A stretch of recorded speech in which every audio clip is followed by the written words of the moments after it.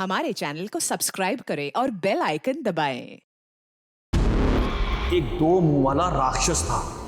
पाताल लोक में तबाही मचाने के बाद वो भूलोक में आया। भूलोक में उसने एक लाल परी को देखा। लाल परी अपने माँ बाप की इकलौती लाडली थी। वो राक्षस लाल परी की सुंदरता पर मोहित हो गया और उसे जबरदस्ती अपने साथ ले गया और कैद कर लिया। नमस्कार, मैं सोनाली कुलकर्णी क्राइम पेट्रोल सतर्क के इस नए अध्याय में आपका स्वागत करती हूँ। असल जिंदगी में टाइम लैप्स नहीं होते। दर्द का हर एक पल तिल तिल कर जीना पड़ता है और ये कहानी तिल तिल मरती उन जिंदगियों की है जिनके साथ हुए अन्याय का सफर ही इतना लंबा था कि सोचना मुश्किल था उनके न्याय का सफर कब शुरू होगा। 7 साल से यही सुन रही हूँ, मिलेगा तो बता देंगे, मिलेगा तो बता देंगे। कब मिलेगा मेरा पोता मेरे मरने के बाद? ये केस तब अस्तित्व में भी नहीं था जब 10 वर्षीय डिम्पी और चिंटू अपनी शरारतों का एक पंचतंत्र सा लिख रहे थे। शर्त लगा सकता हूँ, ऐसा तू नहीं कर सकती। करके दिखा दिया तो। दुनियादारी की उलझनों से आजाद उन बच्चों की आंखों में उमड़ते उत्साह के बादल कब चक्रवर्ती तूफानों में बदल गए पता भी नहीं चला। किसी को भनक ही नहीं हुई और ऐसी बिजलियां कौंधी जिसने विचलित कर देने वाली दास्तां लिख डाली। और ये केस इंडियन क्राइम हिस्ट्री का rarest of the rare case में से एक कहलाया गया।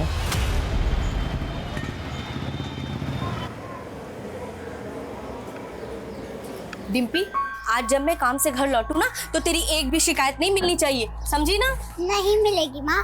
और हाँ, याद है ना तुझे आज क्या करना है?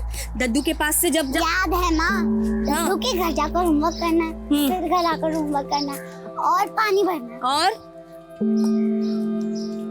और चिंटू से बात नहीं करनी है। शाबाश, होमवर्क करके सीधे घर आ जाना, शाम को मिलते हैं। जा।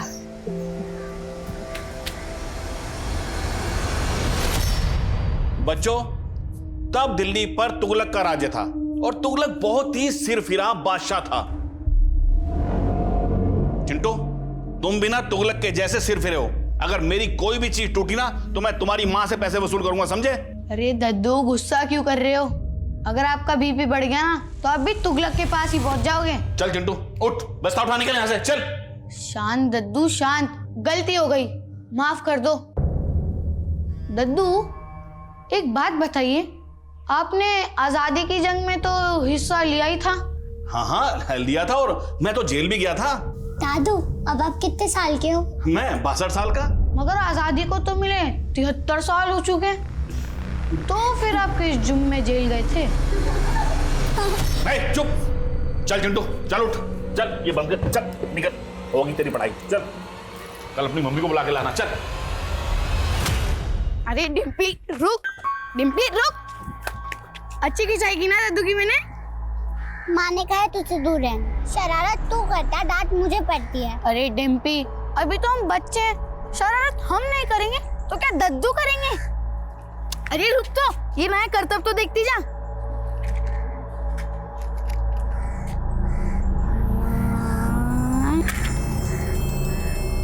शर्त लगा सकता हूँ, ऐसा तू नहीं कर सकती। करके दिखा दिया तो लिख कर।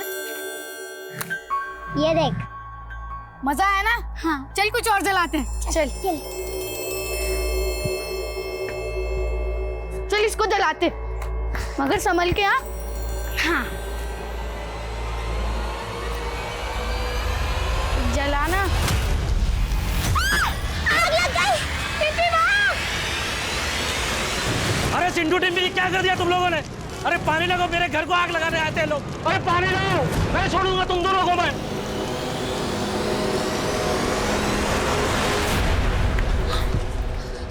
माँ सही कहती थी, मैं ही बेवकूफ हूँ जो तेरी बातों में आ गई। अरे तू टेंशन क्यों ले रही है? 1-2 दिन में सबका गुस्सा शांत हो जाएगा। बस हमें तब तक घर से दूर रहना होगा। घर से दूर गए तो हम कहाँ रहेंगे? ये पूरी बात तो सुन, मेरे पास एक सॉलिड प्लान है। सीतापुर चलते हैं। सीतापुर? सोच, घर जाएंगे तो मार मिलेगी और सीतापुर जाएंगे तो क्या क्या मिलेगा। तुझे सीतापुर का रास्ता पता है? हाँ, लखनऊ की बस पकड़ के फिर थोड़ा चलना है, आ गया सीतापुर। उसके लिए पैसे भी तो चाहिए।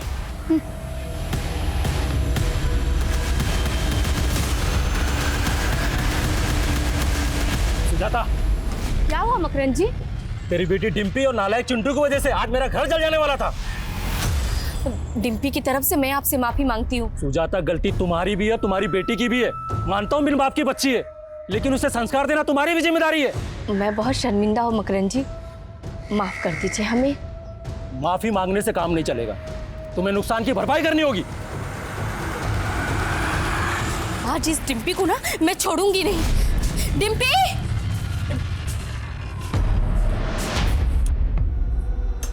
ये डिम्पी कहाँ चली गई? डिम्पी! डिम्पी! डिम्पी! गीता बेटा, तुमने डिम्पी को देखा क्या? नहीं, मैंने नहीं देखा। सुशीला, डिम्पी को देखा क्या कहीं? नहीं तो। सुजाता, बकवास बंद कर। चिंटू को भगाएगा डिम्पी को? बल्कि हम तो खुद परेशान है, हमारा बेटा पता नहीं कहाँ चला गया। तुझे अपनी बेटी की पड़ी है, और मेरी बेटी का क्या? हाँ? हमेशा तेरा बेटा ही ना उकसाता है मेरी बेटी को शरारत करने के लिए। आज उसी की वजह से मकरंद जी के घर पे आग लग गई। गलती तेरी बेटी की भी है, सारा दोष मेरे बेटे पर मत डाल। चुप कर, सारा मोहल्ला जानता है कि तेरा बेटा कितना नालायक है। जबान संभाल के बात कीजिए आप। तुम चुप रहो। सच सच बता कि मेरी बेटी कहाँ है, वरना आज तुझे छोड़ूंगी नहीं। कहाँ भगा के लेके गया मेरी बेटी को? मुझे धक्का मारेंगे, बताओ मेरे बेटे को कहाँ लेके गया? आज छोड़ूंगी नहीं। क्या कर रही है आप?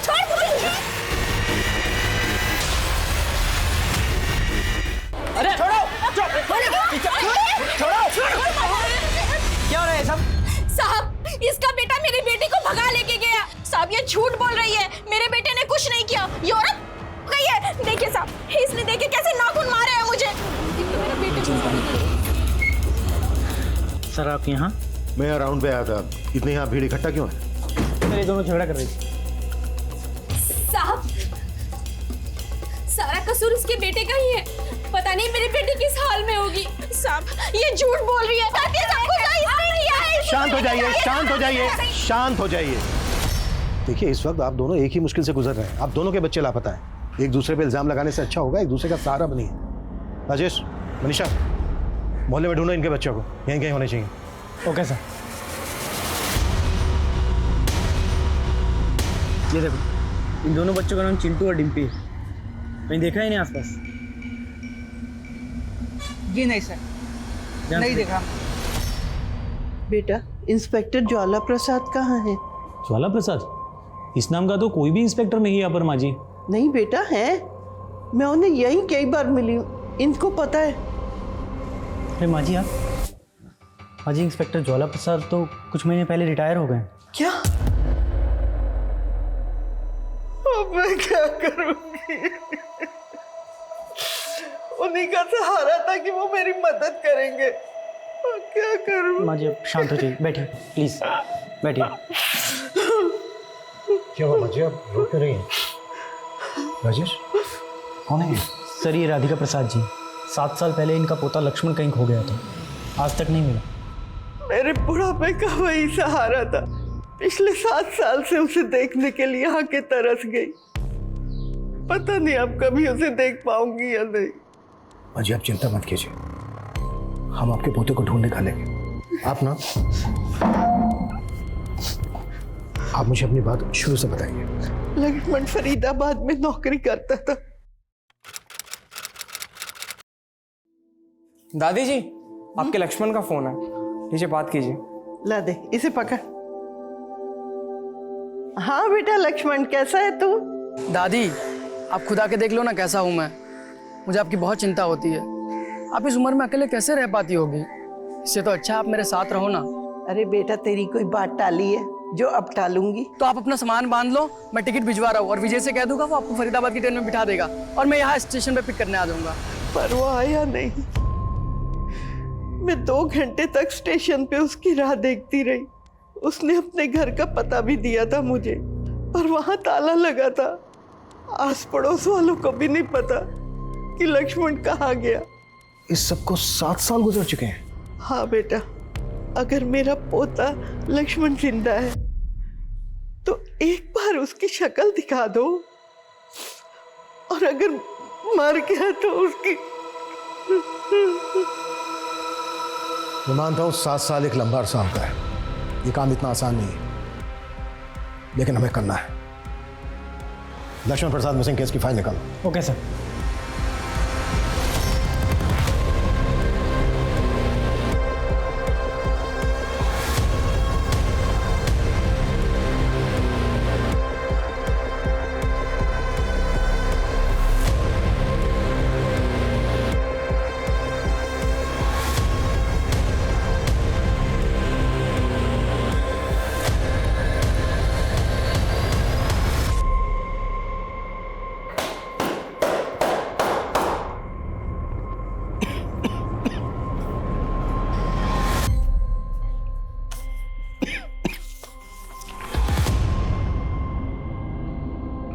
सर, पूरा मोहल्ला छान मारा, लेकिन दोनों बच्चों का कहीं भी कुछ पता नहीं चल रहा है।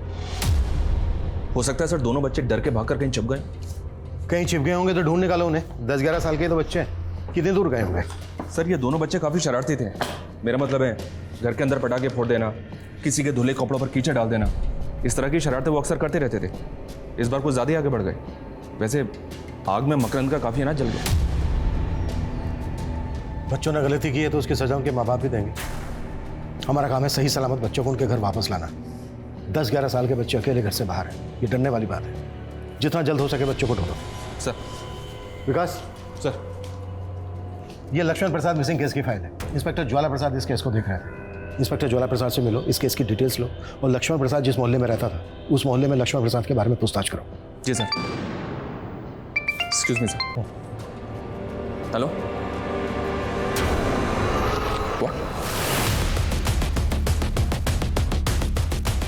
साइड आओ, साइड करो। जैन सर, आइए सर, इस सर, साइड लो। ये देखिए सर।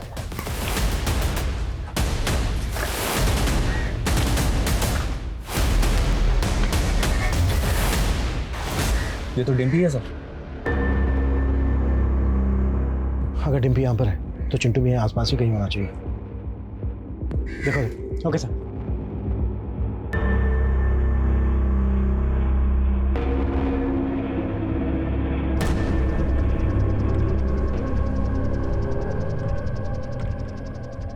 सर, बच्ची के फटे हुए कपड़े देखकर तो ऐसा लग रहा है कि जैसे किसी ने उसके साथ जबरदस्ती की। ये जगह डिम्पी के घर से 3-4 किलोमीटर दूर है। इस सुनसान जगह पे डिम्पी अकेली अपनी मर्जी से तो आएगी नहीं। जाहिर सी बात है कुछ जबरदस्ती उसको लेकर आया होगा। Right sir. और अभी तक चिंटू का भी कुछ पता नहीं चला।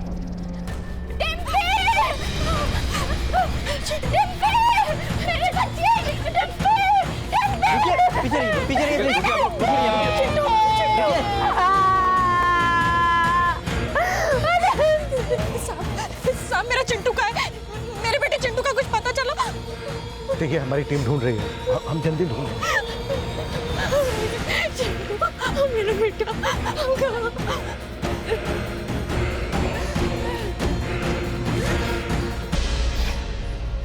बढ़ गई ना कलेजे को ठंडक।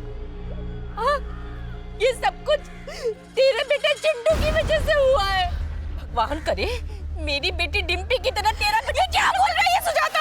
मुझे दुख है जो तेरी बेटी के साथ हुआ, लेकिन मेरे बेटे को बद्दुआ मत दे। मत दे मेरे बेटे को बद्दुआ।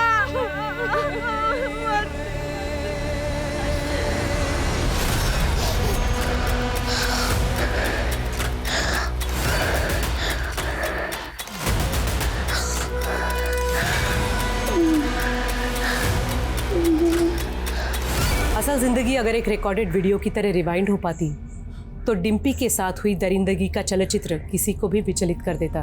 लेकिन अपनी बेटी की लाश देखकर जो डिम्पी के माँ पे गुजर रही थी, उसी खौफ से चिंटू के घर वाले भी सहमे नजर आ रहे थे। ये सवाल उनका ही नहीं, पुलिस का भी था कि आखिर चिंटू कहाँ था, किस हाल में था। लेकिन इस सवाल से पुलिस अनजान थी कि चिंटू डिम्पी को सीतापुर ले जाने की बात कर रहा था। आखिर सीतापुर में ऐसा क्या था जहाँ जाने के बारे में उन दोनों दोस्तों ने अपने घर वालों को भी नहीं बताया था? क्या उनके साथ हुए गुनाह की कहानी सीतापुर के सफर से जुड़ी थी या ये किसी और ही गुनाह का सफरनामा था? अंकल, डिम्पी और चिंटू को तो कल मैंने पढ़ाई के बाद इस ओर जाते देखा था। बस एक नजर देखे थे साहब दोनों को। दोनों भागते हुए बल्लभगढ़ रोड की तरफ जा रहे थे। हाँ सर, ये दोनों बच्चे कल यहाँ आए थे मैंने तो इनसे बात भी किया था। क्या कहा था उन्होंने? सीतापुर? नहीं बच्चा, हमें नहीं मालूम सीतापुर कहाँ पड़ता है।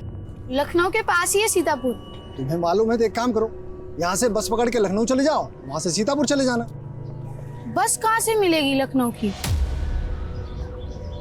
तुम लोग कहीं घर से भाग के तो नहीं आए हो? नहीं चाचा, हम घर से नहीं भाग के आए, हम तो बस जानकारी के लिए पूछ रहे थे। चल डिम्पी।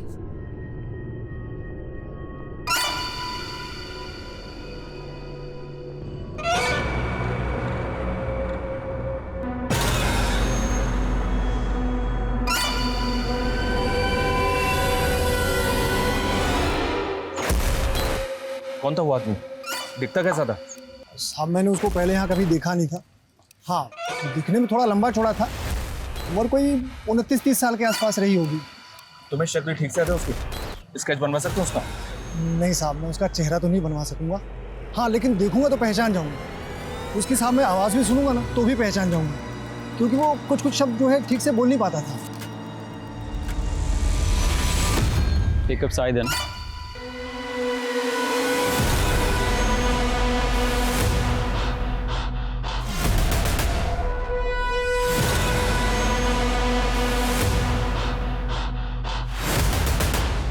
सीतापुर? नहीं साहब, सीतापुर में तो हमारा कोई रिश्तेदार नहीं रहता। सीतापुर क्यों जाएगी मेरी डिम्पी? जरूर वो चिंटू ही ना उसे बहला फुसला कर ले गया होगा। सुजाता जी, आपकी किसी के साथ कोई दुश्मनी?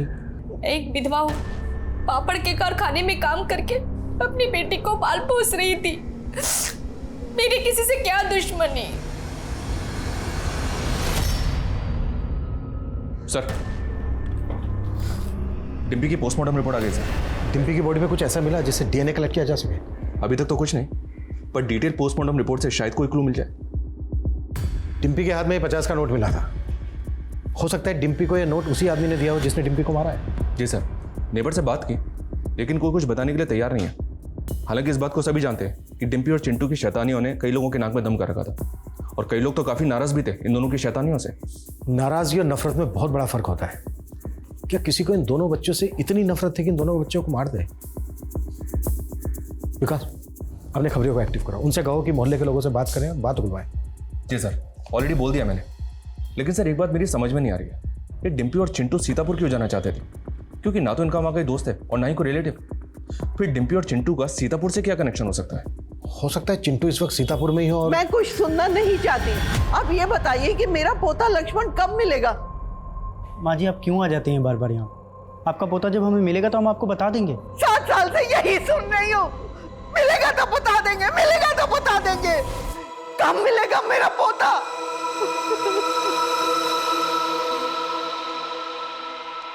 चिंटू को तो हम ढूंढ रहे हैं, साथ ही हमें लक्ष्मण प्रसाद मिसिंग केस पर भी ध्यान देना होगा। अपने खबरी नेटवर्क को एक्टिव करो, एटलीस्ट इन्वेस्टिगेशन शुरू तो हो।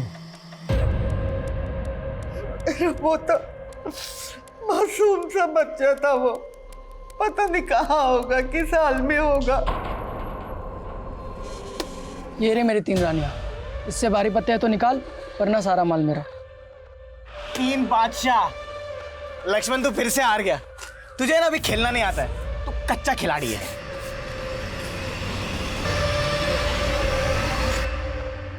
आज के बाद कभी कच्चा खिलाड़ी बोलना मत मुझे। अबे ये क्या दादागिरी है? पत्ते के गेम में कट्टे कब से चल गए? लक्ष्मण, कहाँ हो तुम इस वक्त? बहुत नजदीक सलोनी, बस तुम्हारे पास ही आ रहा हूँ। तुम भैया भी घर पर है तो क्या हुआ? मेरे साले से डरता हूँ क्या मैं? लक्ष्मण,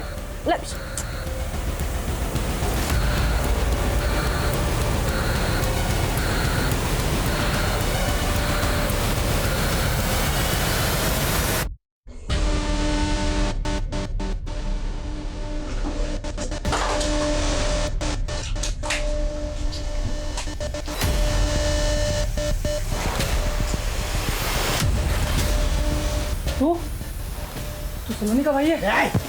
नाम मत ले मेरी बहन का अपनी गंदी जुबान से, मुंह तोड़ दूंगा तेरा। सलोनी का भाई है ना, इसलिए तमीज से पेश आ रहा हूँ, वरना क्या करेगा तू? हाँ, बंदूक निकालेगा? भैया निकाल, निकाल बंदूक निकाल।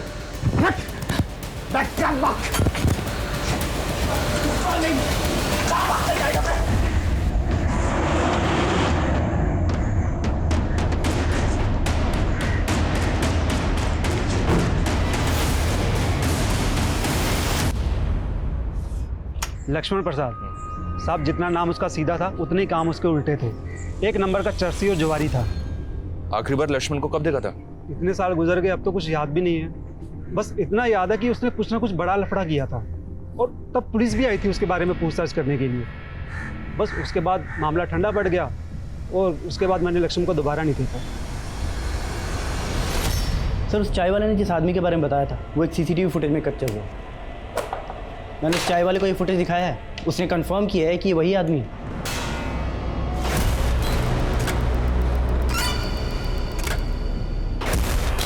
राजेश, इस आदमी की फोटो निकालो, अपने सारे खबरी और थानों में भेजो। Okay sir. सर, इस लक्ष्मण प्रसाद के बारे में इसकी दादी का जो ओपिनियन था वो हकीकत से बिल्कुल अलग है। इस लक्ष्मण प्रसाद का पुलिस रिकॉर्ड भी है, 3 बार अरेस्ट हो चुका है, कट्टे के दम पर लोगों को डराता था।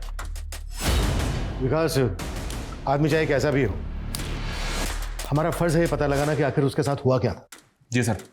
अच्छा सर, ये चिंटू के बारे में कुछ पता चला क्या? अभी तक तो नहीं। चिंटू और डिम्पी सीतापुर क्यों जा रहे थे ये उनके पेरेंट्स को भी नहीं पता है।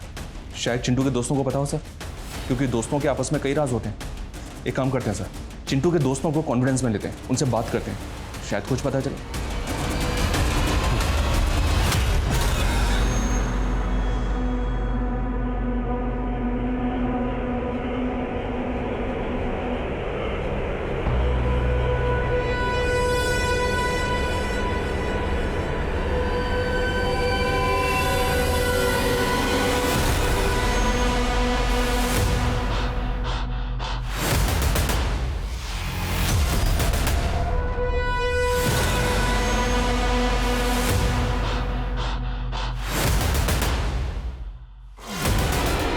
याशी, तुम्हें यूनिकॉर्न के टॉयज पसंद है ना?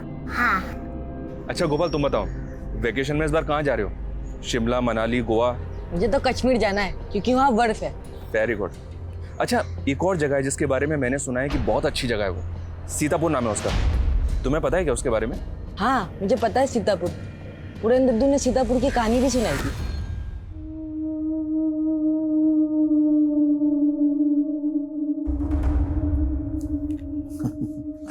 बेटा, ये कोई मामूली पत्थर नहीं है, इस पत्थर की भी अपनी एक कहानी है, सच्ची कहानी। सुनोगे? हाँ। चलो बैठो, मैं आपको कहानी सुनाता हूं। सब बच्चों सुनो। एक 2 मुंह वाला राक्षस था। पाताल लोक में उसने बहुत तबाही मचाई। पाताल लोक में तबाही मचाने के बाद वो भूलोक में आया। भूलोक में उसने एक लाल परी को देखा। लाल परी अपने माँ बाप की इकलौती लाडली थी। वो राक्षस लाल परी की सुंदरता पर मोहित हो गया और उसे जबरदस्ती अपने साथ ले गया और कैद कर लिया। वो राक्षस लाल परी को बहुत सताता था, मारता था। लाल परी सबसे मदद की गुहार करती थी, लेकिन लाल परी की मदद कौन करता? फिर क्या हुआ दद्दू? अरे फिर क्या होना था? एक रात मैं और मेरा भाई वहां से गुजर रहे थे। हमने लाल परी की आवाज सुनी और उसे छुड़ा दिया। बस तभी लाल परी ने ये अंगूठी हमें इनाम में दी थी। और ये लाल परी का महल कहाँ है? सीतापुर में।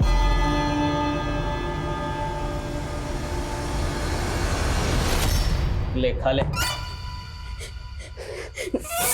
चुपचाप खा ले। हाँ, ज्यादा नौटंकी मत कर, समझा?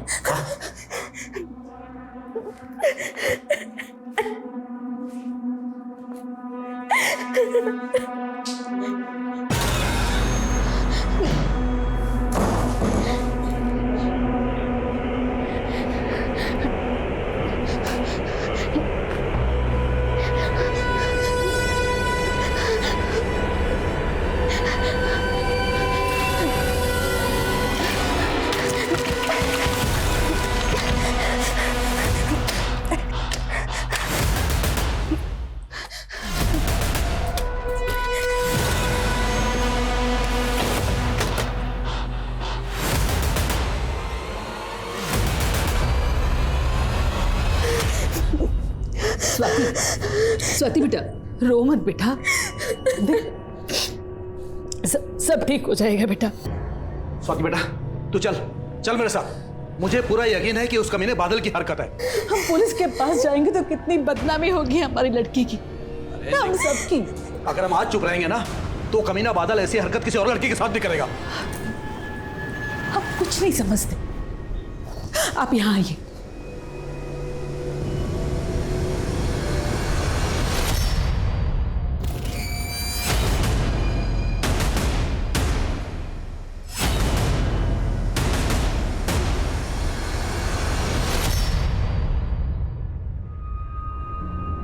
तो स्वाति, उस आदमी ने आपको उनसे बेहोश किया और फिर आपको अगवा करके एक सुनसान जगह पे ले गया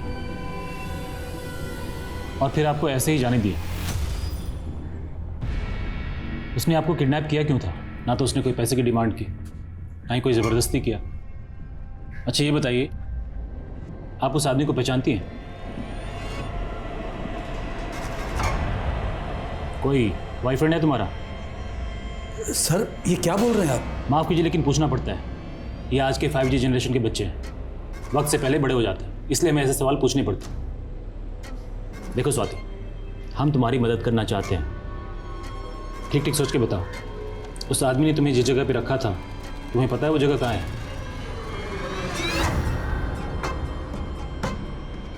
ठीक से याद नहीं सर। अगर वो जगह वापस देखूंगी तो पहचान लूंगी। दिनेश, इनको साथ में लेके जाओ। जिस एरिया में इनका किडनैप हुआ था वो सारा एरिया चेक करो, कोई सुराग तो मिलना चाहिए। सर मैं भी जाऊंगी स्वाति के साथ। ठीक है।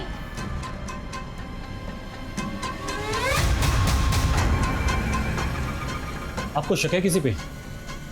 कौन हो सकता है जो ऐसी हरकत करेगा? सर हमारे पड़ोस में एक आदमी रहता है, बादल। वो पहले भी स्वाति को परेशान करता था। सर वो 2-3 बार जेल भी जा चुका है। मुझे पूरा यकीन है सर, ये उस बादल की हरकत है।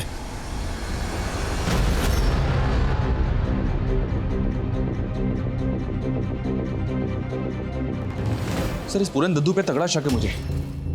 गायब होने के दिन भी डिम्पी और चिंटू उसके घर गए थे और उसी दिन से ये पूरन भी गायब है।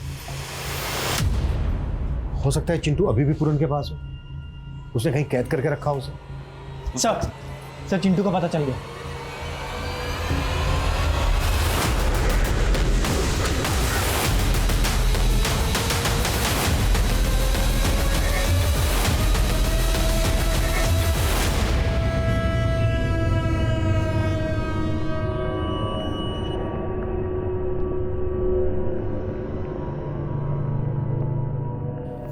सांसें चल रही हैं सर अभी तक। बच्चे को अस्पताल लेके जाओ जल्दी, क्विक।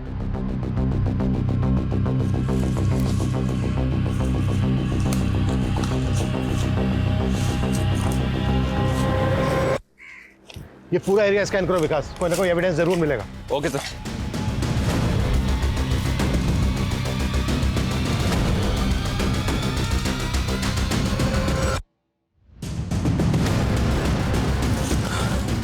सर पूरा एरिया छाना रहा, लेकिन अभी तक ऐसा कुछ नहीं मिला है जो हमें इस केस में लीड दे सके। बच्चे को इतने दिनों तक अपने कब्जे में रखा, फिर मरने के लिए यहाँ छोड़ दिया। ये तो चिंटू की किस्मत अच्छी थी कि उसकी जान बच गई। अब तो चिंटू होश में आएगा तभी पता चलेगा कि इसके पीछे कौन हो सकता है। हम चिंटू के होश में आने का इंतजार नहीं कर सकते विकास। इतने समय में कातिल कहीं से कहीं पहुंच जाएगा। भले ही गेहूं के साथ घुन पिसे, हम किसी को बेनिफिट्स ऑफ डाउट नहीं देंगे। चिंटू और डिम्पी से जिन जिन को प्रॉब्लम थी उनके साथ सख्ती से पूछताछ करो, उनके घर भी चेक करो। Okay sir.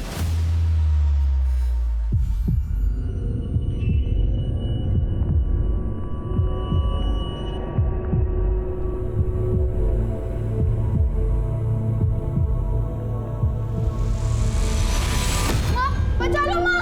चिंटू, ये डिम्पी को। पुनीता आंटी देखो, इसने मेरे डॉल के साथ क्या किया। चिंटू, क्या किया ये? जाने दे ना पुनीता, कोई बात नहीं। पर भाभी, इसने मेरी डॉल का नाम भी रखा है। क्या? मूछ परी। मस्त नाम है ना? मूछ परी। आसपास के सभी मोहल्ले के लगभग सारे मकान दिखा चुके हैं हम स्वाति को, मगर अब तक ये बता नहीं पा रही है आखिर इसे रखा कहाँ गया था। सर आप उस बादल को पकड़िए, ये उसी की हरकत है सर। बादल को उठाया हमने, देखते हैं पूछताछ में क्या कुछ उगलता है। वैसे हमें तो शक है आपकी बेटी स्वाति भी कुछ छुपा रही है हमसे।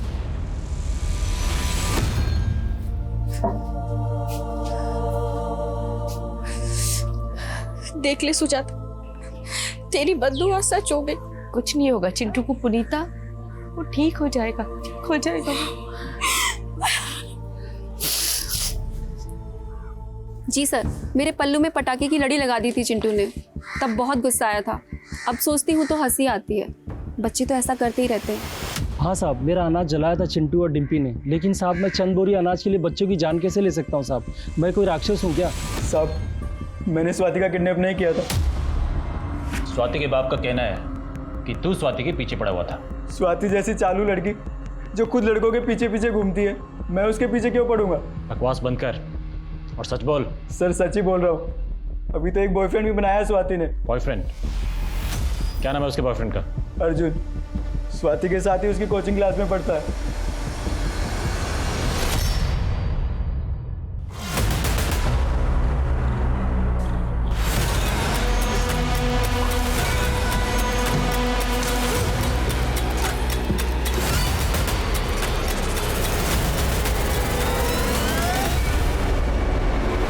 लीजिए, आपकी बेटी स्वाति के किडनैपिंग का केस सॉल्व हो गया।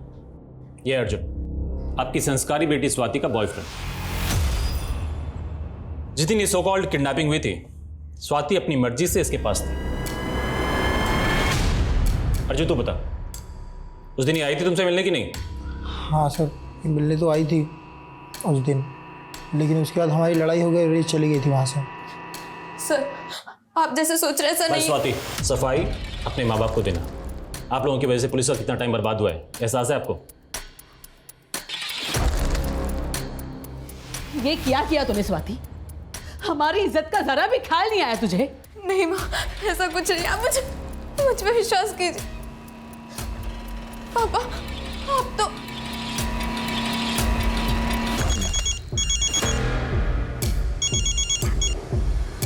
हेलो,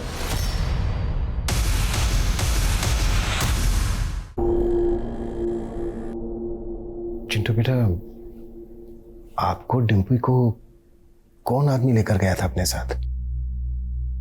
पता नहीं मेरे बच्चे को क्या हुआ है। मैंने इसे पूछने की कोशिश की पर उसने कुछ नहीं बताया। वो कुछ नहीं बोल रहा है। अच्छा बेटा, ये बताओ, आप दोनों को आदमी कहाँ लेकर गया था? आपके हाथ में ना एक 50 रुपए का नोट था। बेटा, किसने रखा था वो नोट आपके हाथ में?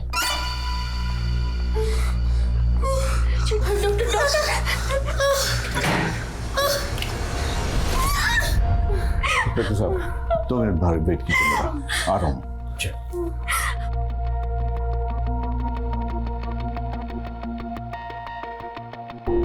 शरीर के ये जख्म एक बार फिर भी भर जाएंगे, लेकिन उसके दिल और दिमाग पे जो चोट लगी है उसको भरने में काफी वक्त लगेगा।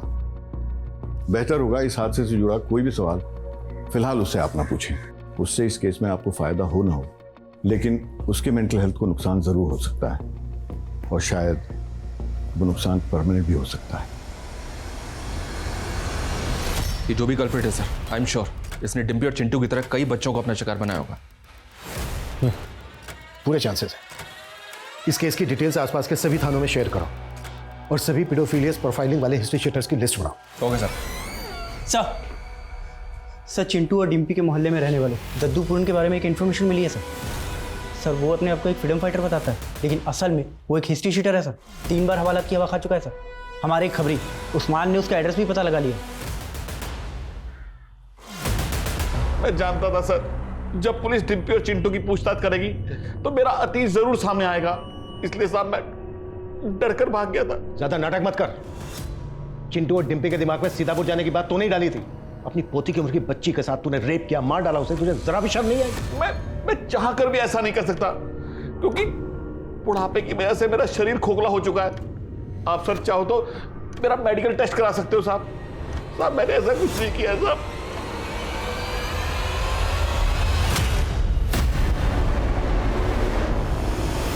स्वाति! स्वाति! स्वाति! स्वाति! स्वाति! स्वाति! स्वाति की आप बीती मानो एक खेल बन के रह गई थी।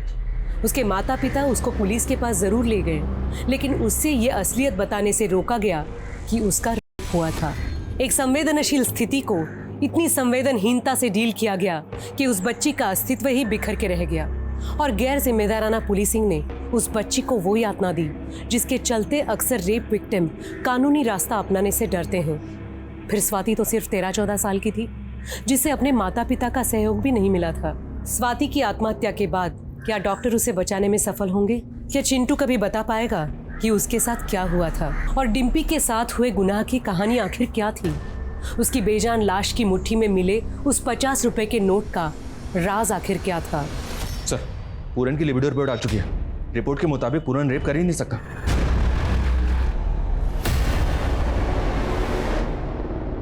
ये देखो, डिम्पी के हाथ में बाइट मार्क था, जिससे फॉरेंसिक टीम ने कल्प्रिट का डेंटल मैप रिट्रीव किया है।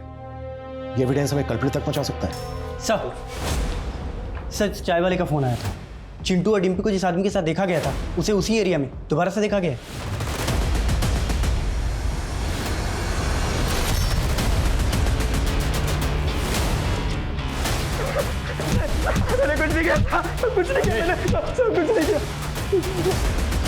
मैंने उस लड़के चिंटू के हाथ में 500 के नोट देखे थे।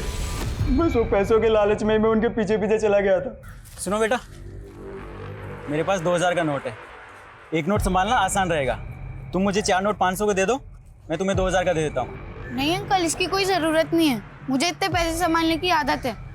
बस मैंने तो पैसे हटने की कोशिश की थी, और जब उसने पैसे नहीं दिए तो मैं वहाँ से निकल लिया।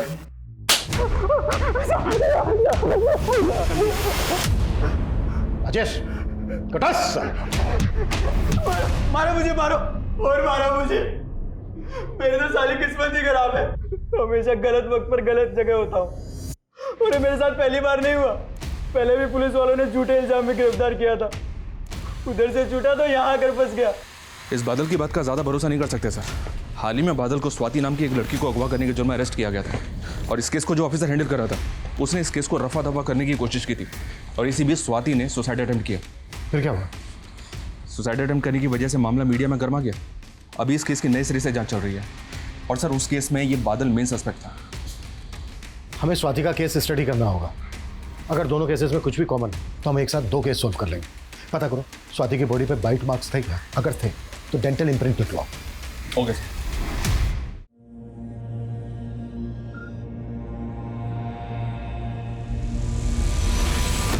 डिम्पी को छोड़ दो चिंटू, डिम्पी को छोड़ दो चिंटू, डिम्पी को छोड़ दो चिंटू बेटा, डिम्पी, डिम्पी, चिंटू बेटा, डिम्पी, डिम्पी।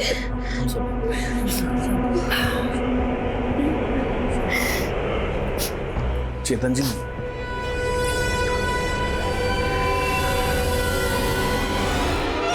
चेतन जी, ये मेरे सारे जीवन भर की कमाई अगर चिंटू के इलाज में काम आ जाए तो मुझे बहुत खुशी होगी। मैंने चिंटू को हमेशा शरारतें करते, शोर करते देखा है। ये शांत चिंटू मुझसे देखा नहीं जाता। प्लीज आप ले लीजिए।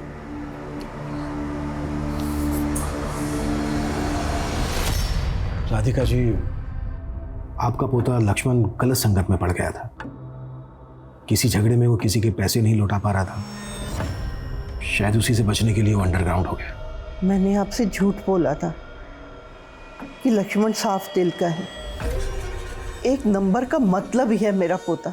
उसके पास उसके पुरखों की लाखों की जायदाद है, और उसके पास तो इतना पैसा है कि वो आराम से कुछ ना करके भी घर बैठे जिंदगी बिता सकता है। फिर ऐसे चुपचाप जिंदगी क्यों बसर करेगा? राधिका जी, आप हमें लक्ष्मण के बारे में और कुछ बता सकती हैं जिससे उसके बारे में पता करने में हमें आसानी हो? उसकी पीठ पे एक चोट का निशान है जो बचपन में उसे लगी थी। मैंने कितनी बार बताने की कोशिश की, लेकिन किसी ने मुझ पर भरोसा ही नहीं किया। तुम्हें जो बताना है हमें बताओ, हम तुम्हारी हेल्प करने के लिए आए। उस आदमी के बारे में, उस जगह के बारे में तुम जो कुछ भी जानती हो, प्लीज हमें बता दो। जिस घर में मुझे किडनैप करके रखा गया था, उस घर के बगल वाले घर से अक्सर लोगों के हंसने की आवाजें आती थी। उस तरह की फिल्मों की आवाजें भी आती थी। उस आदमी ने तुम्हें कुछ पैसे दिए थे स्वाति?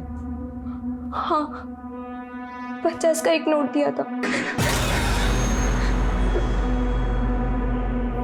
खाने के बॉक्स पर तपन टिफिन सर्विस लिखा हुआ था। ले खा ले।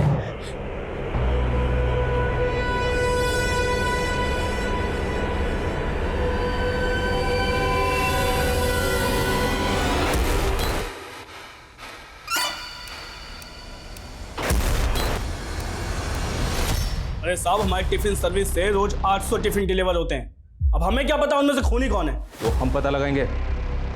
तुम्हारे जितने भी कस्टमर्स हैं ना, सबकी डिटेल्स हमें दो तुरंत, वरना तुम अगला टिफिन लॉकअप में खाओगे। ठीक है साहब। सर, पूरी एरिया का पिछले 7 साल का क्राइम डेटा स्कैन किया। मोलेस्टेशन के 200 केस रिपोर्ट हुए हैं, जिनमें 30 मर्डर शामिल है और 50 से भी ज़्यादा विक्टिम आज भी मिसिंग है। ये सारे तो रिपोर्टेड केसेस हैं, ऐसे और भी बहुत से केसेस होंगे जो रिपोर्ट ही नहीं हुए। लेकिन इस सबका तपन टिफिन सर्विस से क्या कनेक्शन हो सकता है? क्योंकि सर, इन सभी जगहों पर जहाँ मोलेस्टेशन हुआ है, वहाँ पर ये तपन टिफिन सर्विस ही डिलीवरी करता है। जहाँ जहाँ पर तपन टिफिन की डिलीवरी होती है, उन सारी एरियाज पर नजर रखो। जरूरत पड़े तो सारे कस्टमर्स का प्रोफाइल निकालो। आई थिंक हम सही ट्रैक पर जा रहे हैं। जितने भी डिलीवरी बॉय हैं उन सबकी डिटेल्स निकालो। इससे पहले कि अपराधी किसी और बच्चे को अपना शिकार बनाए, हमें उसे रोकना होगा। Okay sir.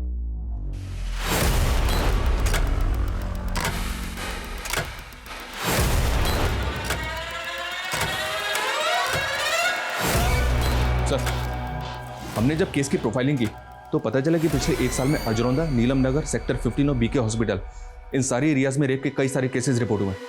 एक डिलीवरी बॉय को जब मैंने पैसे दिए तब उसने इन्फॉर्मेशन दी। मेरी बहन सेक्टर 15 में रहती है। सेक्टर 15 में? जी सर। तो उस एरिया में तुम डिलीवरी करते हो? नहीं, वहाँ भी गिरिंदर ही डिलीवरी करता है।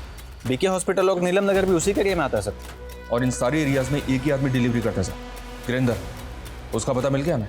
उठाते हैं साले को। मूव। ये झूठ है साहब, मैंने किसी का रेप नहीं किया, ना ही किसी को मारा है। आप ऐसे ही फंसा रहे हो मेरे को। फंस तो तू पहले ही चुका है। तेरे डेंटिस्ट से हमने तेरा डेंटल रिकॉर्ड भी निकाला। टिम्पी के हाथ पे जो बाइट मार्क था वो भी मैच हो गया। अब तो कबूल नहीं भी करेगा ना, तो भी हम ये अच्छी तरह से साबित कर सकते हैं कि मासूम बच्चों को अपनी हवस का शिकार बनाने वाला वो दैत्य तू ही है। तेरे लिए बेहतर यही होगा कि कबूल कर ले, नहीं तो तेरे सारे दांत तोड़। बताता हूँ। उन बच्चों के साथ मैं ही करता था। पैसे देके उनका मुंह बंद कर देता था ताकि वो किसी के सामने मुंह नहीं खोले। अब जो नहीं सुनते, रोते, गिड़गिड़ाते।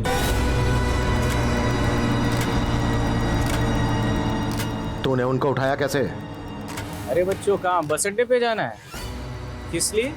लखनऊ की बस पकड़ के वहाँ से सीतापुर जाना है। प्लीज लेके चलो ना। देखो, मेरे पास ना बहुत सामान है, तो एक बैग में तुम्हारे पास छोड़ कर जाता हूँ और इसे ले जाता हूँ। तुम बैग का ध्यान रखो, मैं इसका ध्यान रख लूंगा। चलेगा अंकल। जरा संभल के। हाँ हाँ, आराम से। लक्ष्मण प्रसाद का ये लॉकेट कैसे आया तेरे पास? लक्ष्मण? अरे यही तो मेरा पहला शिकार था। पहले से जानता था मैं इसको। एक रात आया था मेरे घर पे सोने के लिए। वो उसकी गर्लफ्रेंड के भाई के साथ कुछ झगड़ा हो गया था।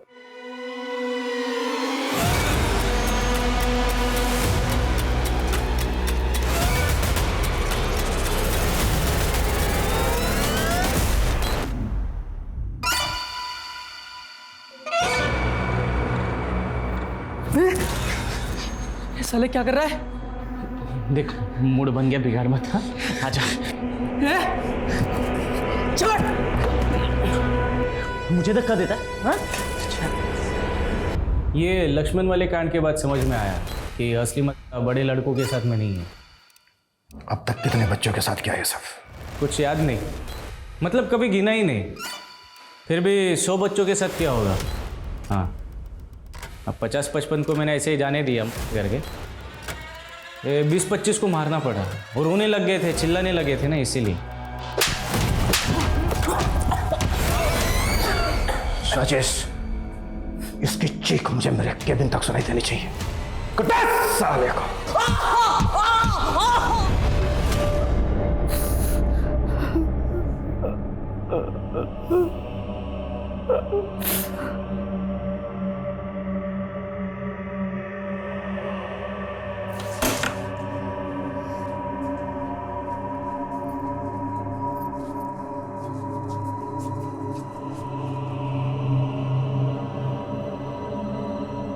चिंटू बेटा, देख, मैंने तेरे लिए तेरे फेवरेट रसगुल्ले बनाए।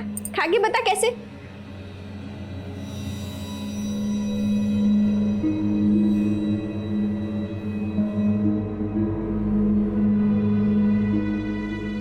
गिरिंद्र की गिरफ्तारी के बाद ऐसे ऐसे गुनाहों के पिटारे खुले जिन्हें पिछले 7 सालों में ठंडे बस्ते में डाल दिया गया था। और गिरिंद्र के कई विक्टिम्स तो ऐसे थे जिन्होंने पुलिस कंप्लेंट भी नहीं दर्ज करवाई थी। और इतनी बड़ी तादाद में ऐसे हीनियस क्राइम करने वाले गिरिंद्र को अपने किए का रत्ती भर भी पछतावा नहीं था। अदालत ने इसे rarest of the rare case मानते हुए गिरिंद्र को फांसी की सजा सुनाई है। ये केस हमें गिरिंद्र जैसे अपराधियों से सतर्क रहने का सबक भी देता है, क्योंकि हमें अक्सर पता ही नहीं चलता कि हमारे आसपास कब ऐसे अपराधी किसी मासूम को घात पहुंचाने की ताक में होते हैं। हमें अपने बच्चों को इस तरह शिक्षित करना होगा कि वो गुड टच और बैड टच का फर्क समझ पाएं। हमें उन्हें वो माहौल देना होगा जहां वो हमसे खुल के अपनी परेशानियां बांट सके। अब मैं सोनाली कुलकर्णी आपसे विदा लेती हूँ। फिर होगी मुलाकात एक नए और चौंका देने वाले केस के साथ। देखते रहिए क्राइम पेट्रोल सतर्क। जय Hind. For more updates, subscribe to our channel, click the show links and enjoy watching the videos.